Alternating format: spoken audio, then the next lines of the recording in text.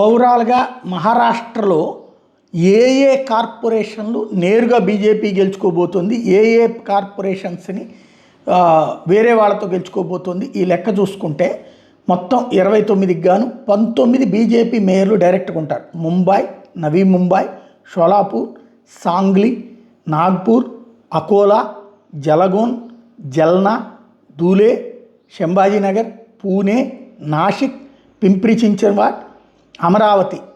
ఇక్కడ NCP and ఆర్ఎస్వీపీ బ్యాకింగ్తో BJP అక్కడ ప్రభుత్వాన్ని ఏర్పాటు చేస్తే హయ్యెస్ట్ బీజేపీకి వచ్చినాయి. మీరా భాయందేర్, ఉల్హాన్స్ నగర్, ఇక్కడ బీజేపీకి ఒక్క కార్పొరేటర్ తగ్గాడు, అలయన్స్ నుంచి మద్దతుతో వస్తుంది. అట్లాగే నాందేడ్, ఇచ్లకరంజీ, ఇక్కడ బీజేపీ ఎన్సీపీ ఏదైతే అజిత్ పవార్ వాళ్ళ మద్దతుతో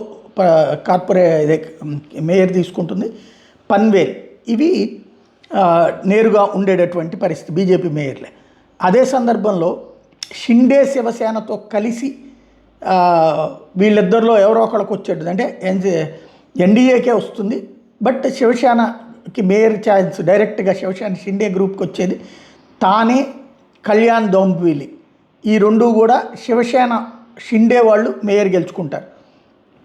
అలాగే ఇతర పార్టీలు లాతూర్లో కాంగ్రెస్ మేయర్ వస్తారు, పరబానీలో ఉద్ధవ్ థాకరే వర్గానికి సంబంధించిన శివసేన ప్లస్ కాంగ్రెస్ల మేయర్ వస్తారు, మాలేగావ్లో ఇస్లాం పార్టీ మేయర్ వస్తారు, వసాయి విరార్లో బీవీఏ అధికారంలోకి వచ్చే పరిస్థితి ఉంది. అయితే ఇక్కడ బీజేపీ కంట్రోల్ చేస్తుంది, బీజేపీ వైపుకి వెళ్ళే అవకాశం ఉందన్నటువంటి చర్చ నడుస్తుంది.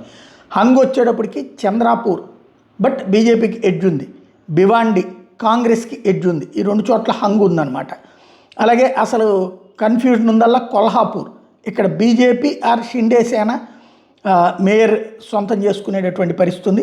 అహల్యానగర్ వచ్చేటప్పటికి బీజేపీ లేకపోతే ఎన్సీపీలకి మేయర్ దక్కేటటువంటి అవకాశం ఉంది. ఇది ఫైనల్గా కొద్దిసేపటి క్రితం రిజల్ట్స్ ఫైనల్ అయ్యే టైంకి తేలినటువంటి అంశం.